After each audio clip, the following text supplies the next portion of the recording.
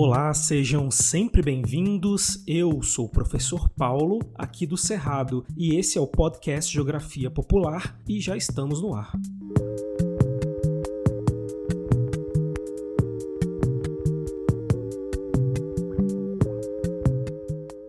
Tô de volta, turma, e bem animado porque hoje nossa aula é sobre um dos meus eventos históricos preferidos, a Semana de Arte Moderna de 1922, realizada em São Paulo, onde floresceu o movimento modernista, que provocou uma grande revolução na cultura e nas artes brasileiras. E foram além. Os artistas e intelectuais modernistas idealizaram uma nova visão de Brasil, valorizando o nosso povo, nossas identidades e geografias. E fizeram isso com muito talento e originalidade, eu preciso dizer. Então fica aqui com a gente para você conhecer melhor esse evento. Nessa aula, temos como objetivo analisar brevemente o contexto histórico e político do Brasil nesse período e também, claro, vamos explicar mais detalhadamente o que foi e tudo o que aconteceu na Semana de Arte Moderna e por que ela é a grande referência da produção artística brasileira. Esse tema é estudado na história, na língua portuguesa, literatura, artes, portanto um tema quente aí para o Enem, super importante e bastante amplo. Então, para a aula ficar mais completa, vamos contar a partir de agora com a participação da minha amiga Eliabe Xavier, que é parceira de longa data aqui do GeoPopular nos assuntos de linguagens. A Eliabe é professora de língua portuguesa e é sempre uma alegria tê-la aqui com a gente. E sem mais delongas, seja bem-vinda novamente. Olá, pessoal! Hoje eu estou aqui de volta para falar de literatura. Como o Paulo já disse, esse é um assunto bem importante para quem vai fazer o Enem. Vocês já devem saber, né? Não dá para falar de literatura sem falar em história e arte. É isso mesmo. Bom, feitas todas as apresentações, vamos direto para a aula porque hoje temos muitos assuntos para falar. Tá difícil até de saber por onde começar, né? Mas lá no início eu disse que a Semana de 22 é um dos meus eventos históricos favoritos. E é favorito por vários motivos. Mas tem uma coisa que eu acho mais importante. A Semana de Arte Moderna, enfim, o modernismo brasileiro, foi um agente de liberdade em vários níveis, material, intelectual, coisa muito rara de se ver por aqui, né? E marcou a libertação da cultura brasileira, que até então era apenas um reflexo da cultura europeia. Aqui no Brasil, se tentava imitar, como papagaios, o que se fazia na Europa. Queríamos ser como eles, como se tudo daqui fosse de quinta categoria, numa mentalidade colonial de inferioridade, no sentido de que se é europeu, é bom, e o resto é resto. O modernismo rompe justamente com essa ideia da gente parar de olhar para fora como vira-latas e passarmos a olhar para dentro, para o Brasil, para a gente, com orgulho, valorizando a nossa cultura popular que é riquíssima, diversa. Certamente somos capazes de fazer cultura e arte de alta qualidade, com o nosso jeito, nossas cores, olhando de igual para as outras culturas. Isso faz toda a diferença, é libertador. A Semana de 22, para mim, é essa injeção de autoestima. E essa é uma lição de vida até. Quando a gente se valoriza, se respeita, somos capazes de fazer coisas maravilhosas. Não se esqueçam disso. Então, a partir do modernismo, floresceu uma nova arte, original e genuinamente brasileira. Na esteira da Semana de Arte Moderna, surgiram movimentos como a Bossa Nova, o tropicalismo, o Mangue Beat, o cinema novo, dentre várias outras expressões artísticas brasileiras respeitadas e aclamadas em todo o mundo. Chegou a hora dessa gente bronzeada mostrar seu valor. Eu fui a penha, fui pedir a padroeira para me ajudar. Salve o morro do Vintém, pendura a saia, eu quero ver. Eu quero ver o tio Sam tocar bandeiro para o mundo sambar. O tio Sam está querendo conhecer a nossa batucada. Anda dizendo que o molho da baiana melhorou seu prato. Vai entrar no cuscuz, acarajé e abará. Na Casa Branca já dançou a batucada de ioiô iaiá. Brasil, esquentai vossos pandeiros, iluminai os terreiros, que nós queremos sambar. Outro fator que me faz ter essa admiração pela Semana de 22 é a quantidade de grandes artistas que se reuniram. Só gente grande, artistas intelectuais consagrados. Vamos citar muitos deles ao longo da nossa aula, como Tarsila do Amaral, de Cavalcante, Oswald de Andrade, o grande maestro Heitor Villa-Lobos, infelizmente pouco conhecido aqui no Brasil, mas que é considerado no mundo um dos maiores compositores de música clássica do século XX. É incrível ter um brasileiro entre os maiores da música clássica. E como pouca gente conhece, eu vou colocar aqui para vocês agora o Choro número 1, composto pelo brasileiríssimo Heitor Villa-Lobos.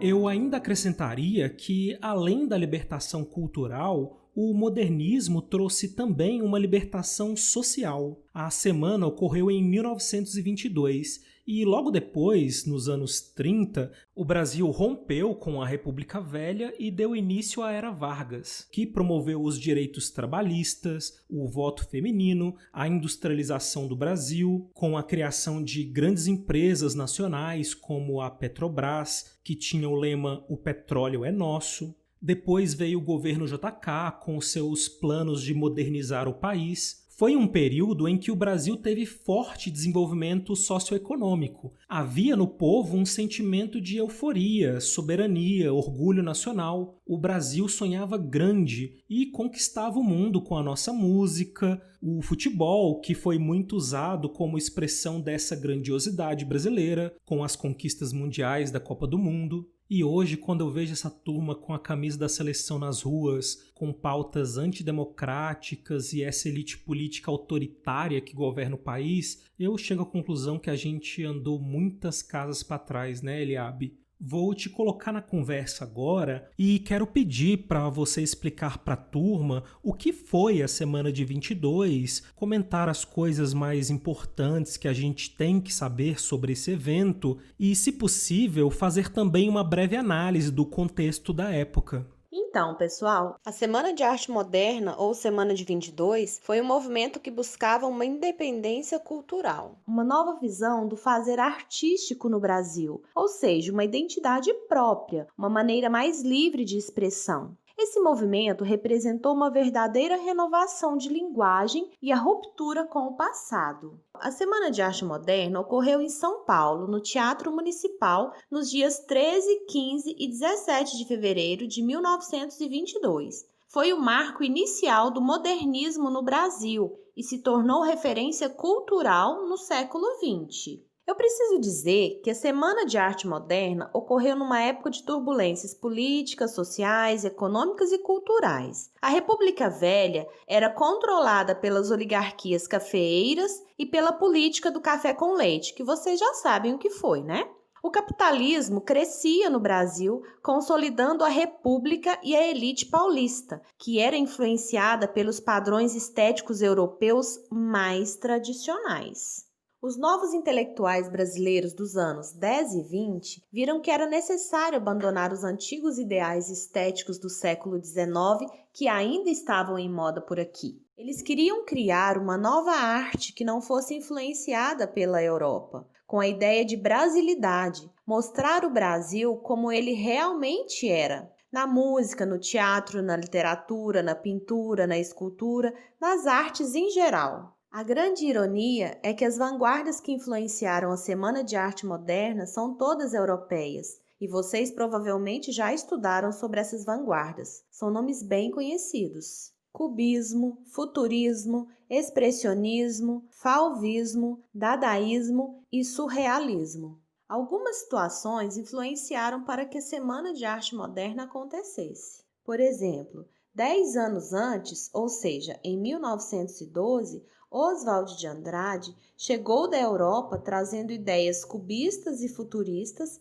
e afirmou que estávamos atrasados 50 anos em cultura. Um ano depois, em 1913, aconteceu a exposição de pintura expressionista de Lazar Segal. Mário de Andrade ficou empolgado com a primeira exposição de pintura não acadêmica no país. Os modernistas queriam romper com o academicismo. E em 1917, a exposição de Anita Malfatti causa o primeiro confronto aberto entre o velho e o novo, ou seja, Monteiro Lobato e os jovens artistas de São Paulo. Extremamente conservador, Monteiro Lobato não aceita a nova arte. No artigo Paranoia e Mistificação, ele faz uma crítica voraz à obra da artista. Essa crítica foi o estopim para que a Semana de Arte Moderna ganhasse mais força. Assim como Monteiro Lobato, Graça Aranha é um autor pré-modernista e poderia ter sido conservador como seu colega, mas ele não foi. Ele aderiu à causa dos jovens artistas e na primeira noite ele abriu a semana com um texto. Reprodução da fala de abertura e do texto A Emoção Estética na Arte Moderna, de Graça Aranha, que inaugurou a semana de 22. Senhoras e senhores, muito boa noite. Quero inicialmente agradecer a presença de todos, e em especial ao nosso querido amigo Paulo Prado, pois sem ele esse evento não aconteceria, assim como aos artistas, escritores e visionários aqui presentes. A emoção estética na arte moderna. Para muitos de vós, a curiosa e sugestiva exposição que gloriosamente inauguramos hoje é uma aglomeração de horrores. Aquele gênio suplicado, aquele homem amarelo, aquele carnaval alucinante, aquela paisagem invertida. Se não são jogos da fantasia de artistas zombeiros, são seguramente desvairadas interpretações da natureza e da vida. Não está terminado o vosso espanto. Outros horrores vos esperam. Daqui a pouco, juntando-se a essa coleção de disparates, uma poesia liberta, uma música extravagante, mas transcendente, virão revoltar aqueles que reagem movidos pelas forças do passado.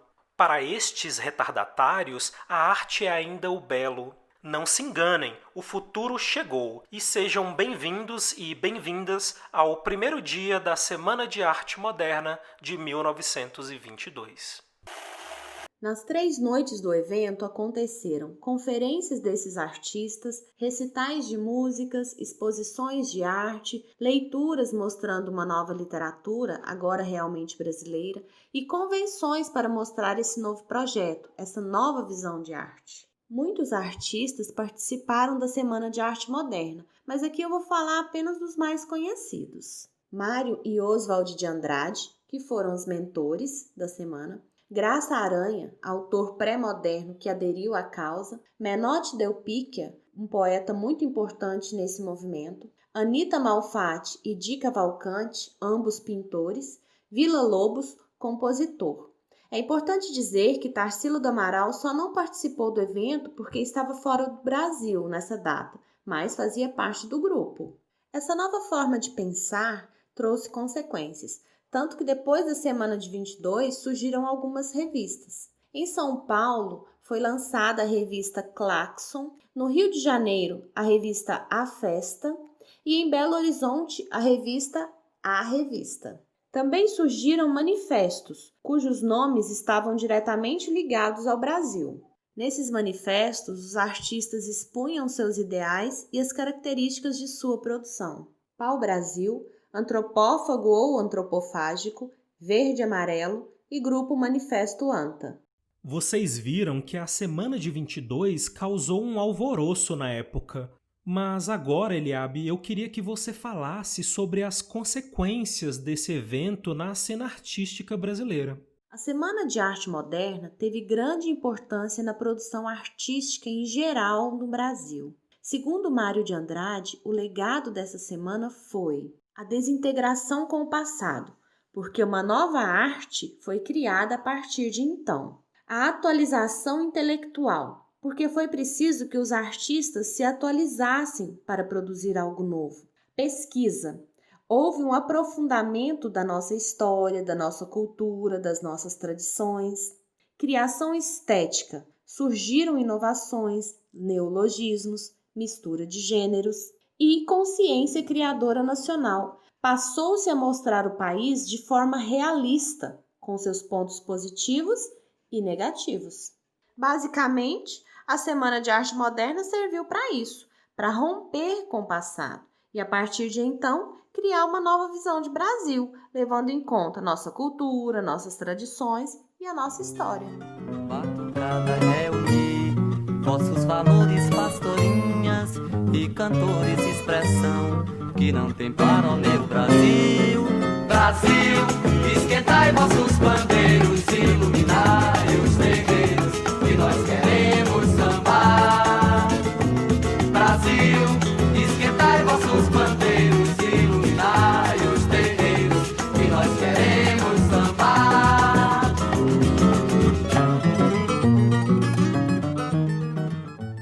Acho que a explicação da professora Eliabe foi ótima, deu para a gente compreender melhor a Semana de Arte Moderna e seu espírito de novidade e liberdade. Uma observação importante é que a semana não aconteceu em 1922 por acaso. Esse ano marcava o centenário da independência do Brasil, declarada por Dom Pedro lá em 7 de setembro de 1822. Assim, os modernistas se aproveitaram do simbolismo do centenário da independência para propor uma nova independência agora cultural do Brasil. Por isso a data é tão marcante e nos referimos sempre como a Semana de 22. Ficou claro que o evento gerou muitas reações negativas, críticas pesadas, afinal tudo que é novo gera esse incômodo, né, gente? Sobretudo em uma sociedade conservadora, como é a sociedade brasileira até hoje. Nem tudo foram flores.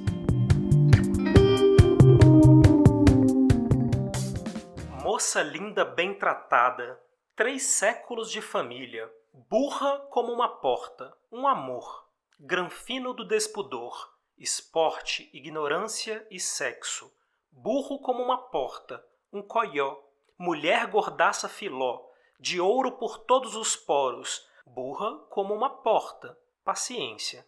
Plutocrata sem consciência, nada porta, terremoto, que a porta de pobre arromba, uma bomba.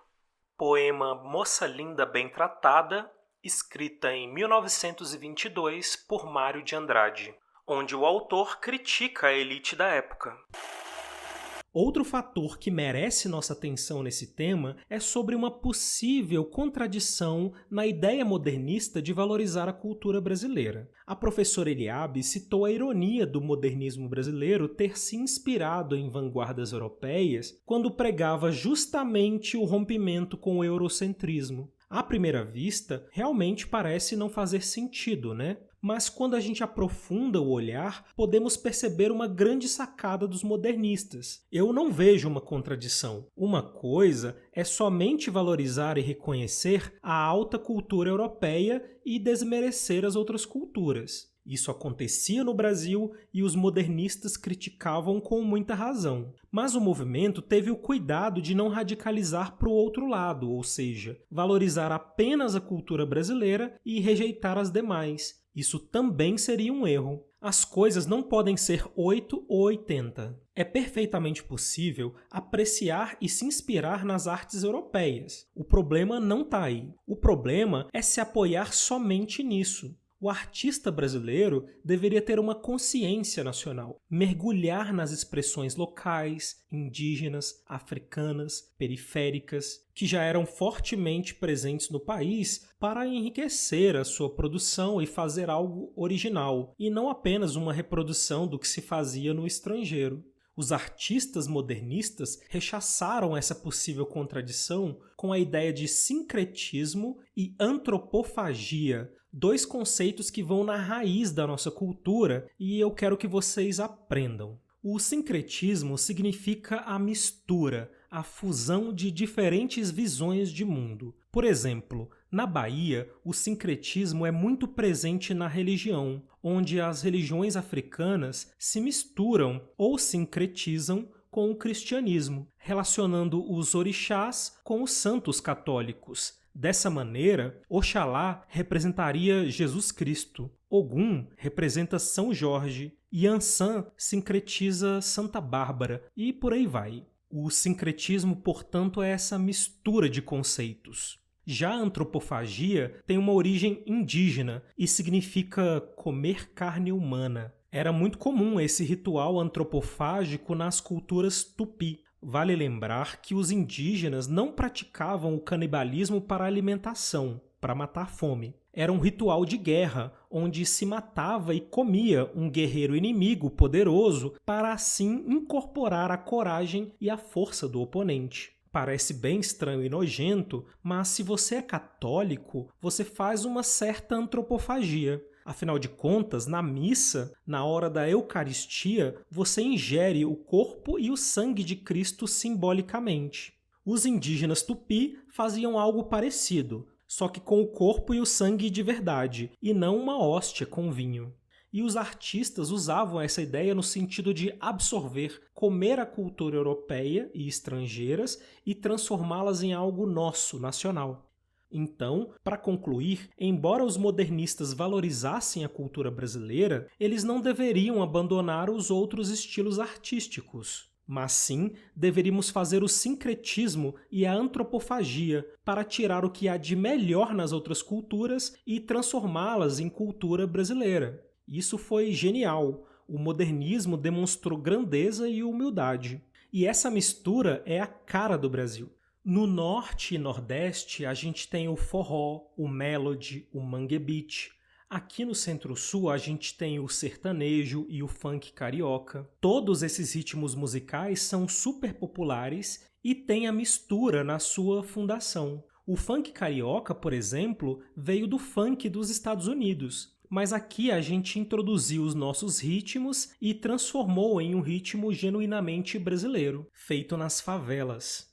Ou o mangue beat de Pernambuco, que misturou os tambores do maracatu nordestino com as guitarras elétricas do rock internacional e criou um novo estilo. Nos outros ritmos que eu citei aconteceu a mesma coisa, a mistura de influências de fora com a cultura local.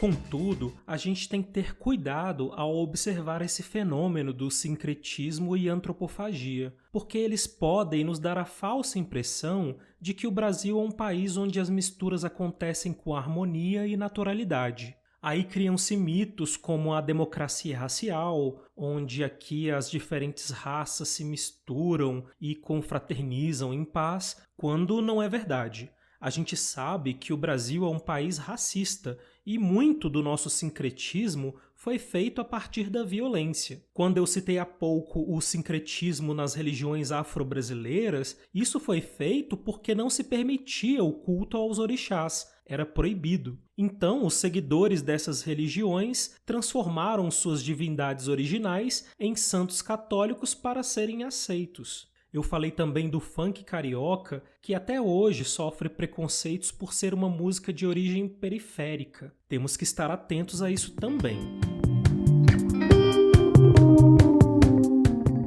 Bom, acho que já falamos demais por hoje, são muitos assuntos, né? Essa época dos anos 20 foi um período bem agitado no mundo. Na história, a gente classifica como o período entre guerras, porque está entre as duas grandes guerras mundiais, talvez o período mais conturbado e violento da história recente. Mas no meio dessa confusão brotou aqui no Brasil essa flor, que foi a Semana de Arte Moderna. De qualquer maneira, já está na hora da gente encerrar por hoje, e eu quero agradecer de coração a participação da professora Eliabe, que foi brilhante e nos ajudou muito hoje. Paulo, obrigada pelo convite. Foi muito bom participar de mais uma aula. Tchau. Tchau, pessoal. Nos vemos na próxima aula, turma. Tchau.